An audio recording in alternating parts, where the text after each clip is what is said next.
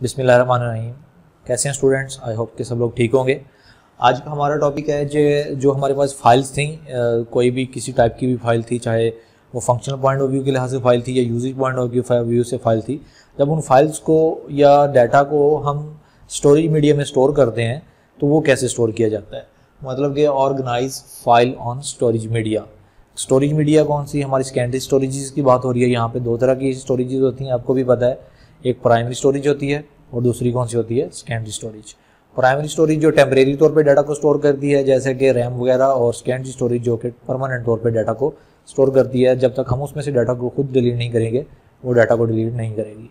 तो ये secondary storage में बात हो रही है कि जो हम फाइल्स बनाते हैं उनको सेकेंडरी स्टोरेज के अंदर किस तरह से स्टोर किया जाता है। तो हम कह सकते हैं कि फिजिकली तौर पे फाइल्स को अरेंज करने का जो मेथड है वो आज हम पढ़ेंगे। ठीक है, कौन कौन से मेथड्स हैं फिजिकली तौर पे डाटा को अरेंज करने के, फाइल्स को अरेंज करने के? यहाँ पे हमारे पास तीन तरह के मेथड्स यूज़ होंगे, तीन तरह की हम टेक्निक्स यूज़ करेंगे फाइल्स को ऑर्गेनाइज करने। सबसे पहली है सीक्वेंशियल फाइल्स, दूसरे नंबर पे है डायरेक्ट और रैंडम फाइल मेथड, और थर्ड नंबर पे है इंडेक्स सीक्वेंशियल फाइल। इन तीनों को बड़ी डिटेल से हम डिस्कस करेंगे, ये कैसे डाटा को स्टोर करते हैं और कौन कौन से मेथड इनमें क्या क्या डिफरेंस है। ठीक है, तो स्टोरेज मीडिया हमें पता चल गया है कौन सा स्टोरेज मीडिया यूज़ करेंगे। कोई भी सेकेंडरी स्टोरेज मीडिया हो सकता है, कोई USB, floppy drive, CD drive, hard drive, यानी कि जिसे मैग्नेटिक टेप कहा जाता है। तो कोई भी सेकेंडरी स्टोरेज को यूज़ करते हैं डाटा या फाइल को स्टोर करने के लिए। तो सबसे पहला है सीक्वेंशियल फाइल। सीक्वेंशियल का मतलब होता है सीक्वेंस। सीक्वेंस मीन्स के तरतीब, कि जो डाटा हम स्टोर करेंगे वो एक तरतीब से सेव होता जाएगा।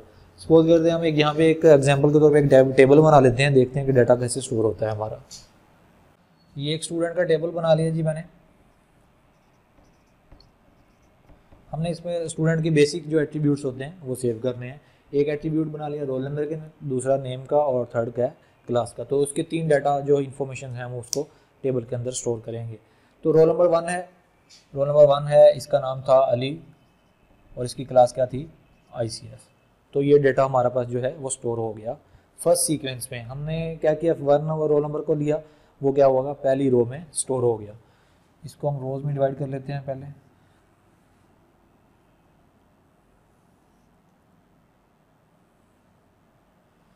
तो अब हमने क्या किया है कि एक टेबल बना लिया, एक फाइल बना लिया है, जिसके अंदर हमने ICS के स्टूडेंट्स हैं जो उनका रिकॉर्ड जो है स्टोर करना है। तो पहला रिकॉर्ड जो हमने स्टोर किया है वो किसका किया? रोल नंबर 1 है, उसका अली नाम है उसका, और उसकी क्लास क्या है? ICS है। अब इसी तरह से हम जो भी डाटा स्टोर करते जाएंगे एक सीक्वेंस के साथ स्टोर होता जाएगा। मतलब कि पहला डाटा जहाँ पे जिस रो में स्टोर होगा, अब जब मैं दूसरा रोल नंबर स्टोर करना चाहूँगा तो वो उससे नेक्स्ट वाली जो रो होगी उसके अंदर स्टोर हो जाएगा। मतलब कि मैं रोल नंबर 2 को स्टोर करना चाह रहा हूँ तो रोल नंबर 2 कहाँ पे आ जाएगा? यहाँ पे। इसका नाम सपोज करते हैं असद है, इसकी क्लास भी क्या है? ICS है। तो ये पहले ही रो फिल हुई, उसके बाद सीक्वेंस के साथ दूसरी रो फिल हुई, उसके बाद अब मैं डायरेक्टली रोल नंबर 5 स्टोर करना चाह रहा हूँ। तो रोल नंबर 5 भी कहाँ पे स्टोर होगा? वो 5 वाली लोकेशन पे स्टोर नहीं होगा, वो कहाँ पे स्टोर होगा? थर्ड लोकेशन जो एम्प्टी मिलेगी उसको वो चेक करेगा, ये वाली लोकेशन फ्री है, उसके बाद ये वाली लोकेशन फ्री है। तो थर्ड वाली जो लोकेशन होगी सीक्वेंस के साथ उसी लोकेशन के अंदर वो क्या हो जाएगा? डाटा जो है हमारा वो स्टोर हो जाएगा। मतलब कि रोल नंबर 5 था इसका नाम था अहमद, क्लास इसकी क्या है? ICS है। तो इस तरह से हमने क्या किया कि सीक्वेंस के साथ डाटा जो हमारा स्टोर होता जा रहा है। उसके बाद फिर क्या आ जाएगा? इसके बाद सपोज करते हैं 3 वाला रोल नंबर है तो 3 वाला यहाँ पे आ जाएगा। उसके बाद कोई 2 तो है ऑलरेडी, 4 यहाँ पे आ जाएगा। सपोज हमने इन सीक्वेंस डाटा स्टोर किया हुआ है, सीक्वेंस के साथ नहीं कर रहे। तो अब हमें क्या करना पड़ेगा? ये तो 4 रिकॉर्ड्स थे, थोड़ा सा टाइम लगा इसको स्टोर करते हुए, तो इनको रिट्राइव करते हुए थोड़ा सा टाइम लगेगा।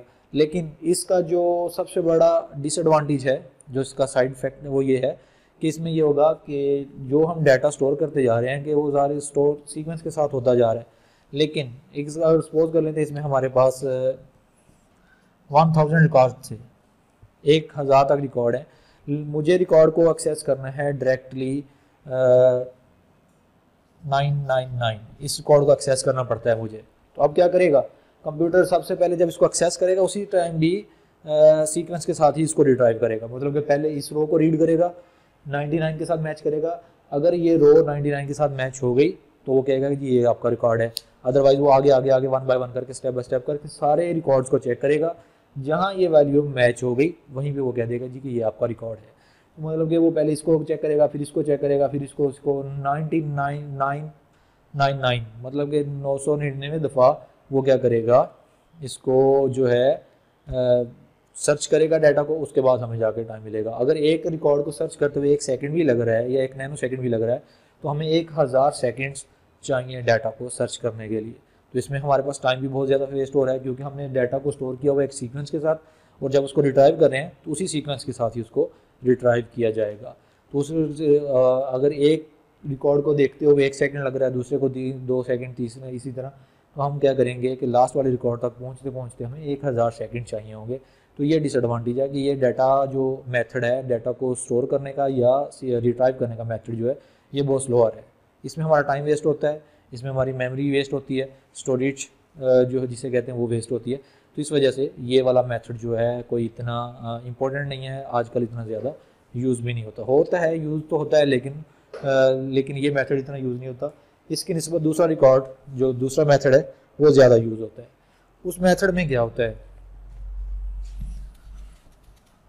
दूसरा मेथड है हमारे पास डायरेक्ट और रैंडम मेथड। इसमें क्या होता है कि हम एक की वैल्यू के ज़रिए अपना रिकॉर्ड जो है वो स्टोर करते हैं किसके अंदर, टेबल के अंदर। की वैल्यू कौन सी होगी, की वैल्यू मैच करेगी लॉजिकली एड्रेस के साथ, यानी कि जो हार्ड ड्राइव के अंदर जो हमारे पास मेमोरी एड्रेस होगा वो उस एड्रेस के साथ जाके डायरेक्टली उस एड्रेस पे जाके डाटा को स्टोर करेगी। मतलब कि अब मैं क्या करता हूँ, रोल नंबर 5 यहाँ पे स्टोर करता हूँ, इसका नाम सपोज है अली, क्लास इसकी है ICS, तो ये इसका रोल नंबर है, ये हमारे पास क्या है, इसका फिजिकली एड्रेस है। लेकिन ये वाला जो एड्रेस मैंने लिखा हुआ है ये कौन सा लिखा हुआ है, इसका लॉजिकली एड्रेस। मतलब कि हार्ड ड्राइव के अंदर भी इस तरह से टेबल्स बने होते हैं, तो उन टेबल्स के अंदर जो है डाटा स्टोर हो रहा होता है। तो अब उसको पता होगा कि ये रोल नंबर 5 जो है कौन से हार्ड ड्राइव के अंदर जो लॉजिकल एड्रेस है वहाँ पे किस एड्रेस पे सेव है, 1 वाले एड्रेस पे स्टोर है। तो अब वो डायरेक्टली क्या करेगा, इसी तरह मैं कोई भी एड्रेस स्टोर करता जाता हूँ वो इन सीक्वेंस डाटा स्टोर होता जाएगा। इसके मतलब मैं इसके बाद मैं 1 कर लेता हूँ, 3 कर लेता हूँ, 4, 9, तो ये डाटा। अब सपोज करते हैं कि मैं 4 नंबर को एक्सेस करना चाह रहा हूँ, तो 4 नंबर किस लाइन में स्टोर है, 4 वाली रो में ही स्टोर है। 4 वाली रो मतलब कि लॉजिकल एड्रेस इसका क्या बन रहा है, 4 बन रहा है। हार्ड ड्राइव के अंदर, हार्ड ड्राइव की जो मेमोरी है, हार्ड ड्राइव के अंदर भी इसी तरह से ना मेमोरी को ब्लॉक्स के अंदर डिवाइड किया गया होता है। इसी तरह ब्लॉक्स के अंदर, छोटे छोटे ब्लॉक के अंदर 8-8 बिट के एक एक ब्लॉक को लेके स्टोर किया गया होता है। 8 बिट मतलब कि क्यों ये 8 बिट का ही ब्लॉक क्यों बनाया जाता है, क्योंकि हमारे पास जो एक करेक्टर बनता है इसकी जो आस्की वैल्यू बनती है वो कितने करेक्टर, कितने डिजिट्स की होती है, 8, यानी कि 7 जो हमारे पास बाइनरी नंबर्स होते हैं, 7 बाइनरी नंबर्स की हमारे पास एक करेक्टर की जो है आस्की वैल्यू बनती है, बाइनरी वैल्यू बनती है। तो अब ये वाला ए जो है ये कहाँ पे स्टोर है, यहाँ पे, ठीक है। तो अब ये कौन सा, इसको अगर मैं लॉजिकल एड्रेस को आपको थोड़ा सा बताऊं कैसे होता है, ये इसका 0 वाला कॉलम हो गया, ये 1 वाला हो गया, ये 2 वाला हो गया, ये 3 वाला हो गया। इसी तरह 1, 2, 3 और 4। मैट्रिक्स, जैसे आप मैट्रिक्स पढ़ते हैं मैथ में कि मैट्रिक्स क्या होते हैं, आपको रोज का भी पता होता है, कॉलम का भी पता होता है, और आपको अगर रो और कॉलम डायरेक्टली बता दी जाए तो आप डायरेक्टली एक्सेस कर सकते हैं कि ये वाला डिजिट कहाँ पे पड़ा हुआ है। इसी तरह अगर मैं उसको बताता हूँ कि ये जो ए वाला लफ्ज़ है किस में पड़ा हुआ है, 0 कॉलम और 1 वाली रो में, तो वो कहाँ पे हिट करेगा, डायरेक्टली इस बॉक्स को हिट करेगा और यहाँ पे जो भी डाटा होगा वो आपको उठा के दे देगा। इसी तरह से हमने हार्ड ड्राइव की जो टोटल स्टोरेज होती है उसको इस तरह से ऑर्गेनाइज किया होता है, रोज एंड कॉलम्स की शक्ल में टेबल्स बना के। अब ये जो 5 वाला रिकॉर्ड है ये हार्ड ड्राइव में किस जगह पे पड़ा हुआ है, सपोज कर लेते हैं 1 वाली जगह पे पड़ा हुआ है, ठीक है, यहाँ पे पड़ा हुआ है, यहाँ पे। तो अब मैं कहूँगा कि रोल नंबर 5 कहाँ पे पड़ा है, उसको एक्सेस करके दो। अब वो 5 को क्या करेगा, पूरी हार्ड ड्राइव में ढूंढेगा, उसके पास उसका लॉजिकली एड्रेस मौजूद है, वो क्या करेगा, 1 वाले कॉलम में जाएगा और 2 वाली रो में जाएगा और उसको वहाँ से ये रिकॉर्ड मिल जाएगा 5 वाला। तो इसी तरह से मैं ये एग्जाम्पल दिया है कि जो हमारा स्टूडेंट है इसमें रैंडम मेथड है, रैंडम मेथड में क्या करेगा, वो लॉजिकली एड्रेस के जरिए आपका डाटा रिट्राइव करेगा और डायरेक्टली वही data few seconds, nano second से भी कम टाइम में आपको डाटा आपका रिट्राइव करके दे दिया जाएगा। अगर इसी तरह मुझे 9 वाला रिकॉर्ड चाहिए, यहाँ पे देखें ये कौन से एड्रेस पे पड़ा हुआ है, 5 वाले एड्रेस पे जाएगा, वो सारे के सारे एड्रेस चेक नहीं करेगा, सारे के सारे रिकॉर्ड्स को चेक नहीं करेगा। वो डायरेक्टली क्या करेगा, 9 वाले जो हमारा रोल नंबर है उसका एड्रेस क्या है, 5 है, तो वो 5 वाले एड्रेस में या 5 वाली रो में जाएगा, वहाँ से आपको जो भी उसका रिकॉर्ड पड़ा होगा वो उठा के आपको डिस्प्ले करवा दिया जाएगा। तो ये बहुत फास्ट मेथड है। इसमें अगर मैं सपोज करता हूँ यहाँ पे हमारे पास है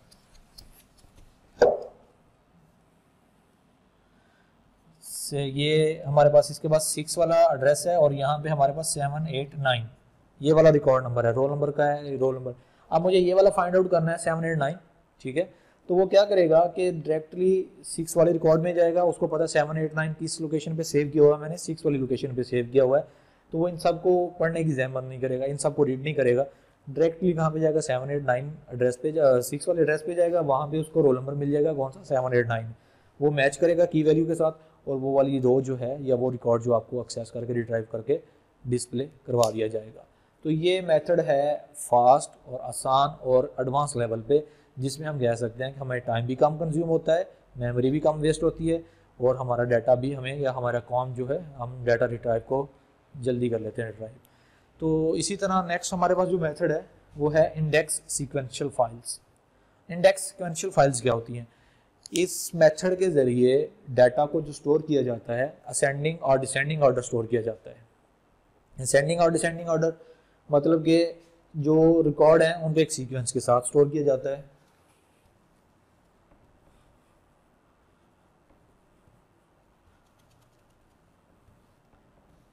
वो कैसे, मतलब मैं रोल नंबर 1 स्टोर करता हूँ यहाँ पे, उसके बाद मैं रोल नंबर 5 इंटर करता हूँ, तो वो कहाँ पे स्टोर हो जाएगा, यहाँ पे स्टोर हो जाएगा।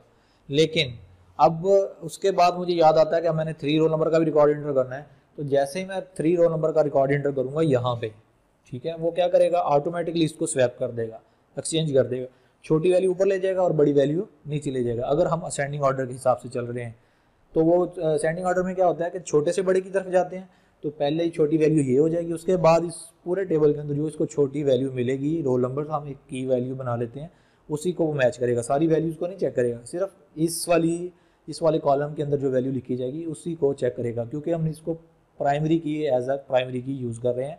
इस वैल्यू के ज़रिए हम डाटा को रिकॉर्ड को सर्च करेंगे।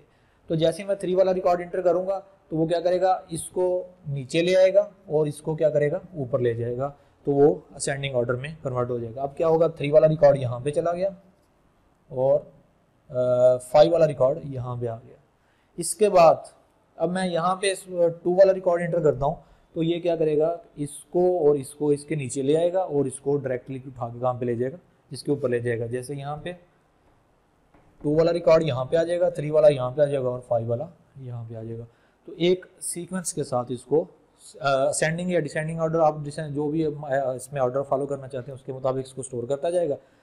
ये तो हो गया स्टोर करने का मेथड। लेकिन उसके बाद जब हम इसको रिट्राइव करना चाहते हैं, डाटा को एक्सेस करना चाहते हैं, तो कौन सा मेथड अप्लाई किया जाएगा इसके ऊपर, सीक्वेंशियल मेथड अप्लाई होगा या रैंडम मेथड होगा। तो इसके अंदर दोनों का कम्बिनेशन होगा, सीक्वेंशियल मेथड को भी फॉलो किया जा सकेगा और रैंडम मेथड को भी फॉलो किया जा सकता है।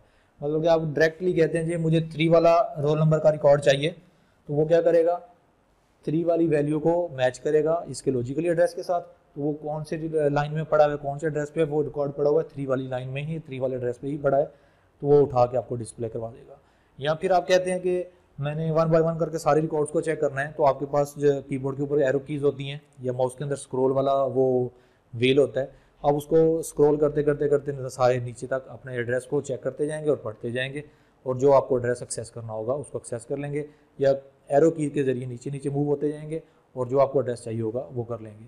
तो एरो की या स्क्रॉल की को यूज़ करते हुए हम जो एड्रेस को यहाँ से लेके यहाँ तक सर्च करके अपना मतलूबा जो रिकॉर्ड होगा उसको एक्सेस करेंगे, तो वो वाला मेथड क्या कहलाएगा, सीक्वेंशियल की कहलाएगा, सीक्वेंशियल फाइल मेथड कहलाएगा। दूसरे नंबर पे जब हम डायरेक्टली 3 प्रेस करेंगे और वो रिकॉर्ड को हमें निकाल के डिस्प्ले करवा दिया जाएगा, तो वो किस मेथड के ज़रिए होगा, रैंडम और डायरेक्ट मेथड के ज़रिए हमें वो डाटा को रिट्राइव करके दे रहा होगा। तो इस जो ये वाला 3rd वाला इसमें मेथड है, इसमें हम कहते हैं इंडेक्स सीक्वेंशियल। इसमें रैंडम और डायरेक्ट मेथड को भी यूज़ किया जाता है और सीक्वेंशियल मेथड को भी यूज़ किया जाता है। तो दोनों के ज़रिए आप किसी के ज़रिए भी अपनी फ़ाइल को एक्सेस कर सकते हैं। तो आज इसमें हमने पढ़ा है कि स्टोरेज मीडिया में फाइलों को और फिजिकली तौर पे किस तरह से ऑर्गेनाइज किया जाता है। इसके लिए 3 मेथड पढ़े हमने। सीक्वेंशियल फाइल पढ़ी है, डायरेक्ट और रैंडम पढ़ी है, और थर्ड नंबर पे हमने इंडेक्स सीक्वेंशियल पढ़ा है। सीक्वेंशियल में कि मतलब कि हम 1 बाय 1 करके स्टोर करते जाएंगे रिकॉर्ड्स को, और उसी सीक्वेंस के साथ ही उसको एक्सेस किया जाएगा। जितने रिकॉर्ड्स होंगे उतना ज़्यादा टाइम लगेगा हमें डाटा को एक्सेस करते हुए। दूसरे नंबर पे डायरेक्ट और रैंडम फाइल, इसमें हम क्या करते हैं कि पूरे टेबल में से एक कॉलम को एज अ प्राइमरी की यूज़ कर लेंगे। उस की के ज़रिए हम लॉजिकल एड्रेस तक पहुंचेंगे, और लॉजिकली एड्रेस के ज़रिए डायरेक्टली हम क्या करते हैं उस रिकॉर्ड को एक्सेस कर लेंगे। और थर्ड वाले इंडेक्स में क्या होगा कि हम दोनों मेथड्स को combination as a combination use कर सकते हैं। सीक्वेंशियल के तौर पे भी हम यूज़ कर सकते हैं, मतलब कि हमें एक स्टूडेंट का रोल नंबर नहीं पता था 3 है, लेकिन उसका नाम पता था अली है, ठीक है। जैसे यहीं पे एग्जांपल ले लेते हैं, इसका नाम पता है, सॉरी डुप्लीकेशन हो जाएगी, आपको समझ नहीं आएगी, इसका नाम कर लेते हैं असद।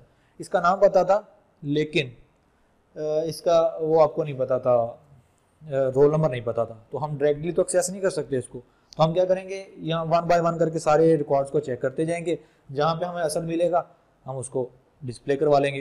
तो अब हम क्या करेंगे, स्क्रॉल व्हील के जरिए या एरो की के जरिए नीचे नीचे मूव होते जाएंगे अपने टेबल के अंदर, और जहाँ पे हमें डाटा मिलेगा उस डाटा को यूज़ कर हम उसको क्या कर लेंगे, रिट्राइव कर लेंगे। अगर हमें रोल नंबर पता होगा तो डायरेक्टली 3 प्रेस करेंगे, वो हमें लॉजिकली एड्रेस पे जाके वो 3 वाला कॉलम, हमारा 3 वाला जो रिकॉर्ड है वो हमें दिखा दिया जाएगा।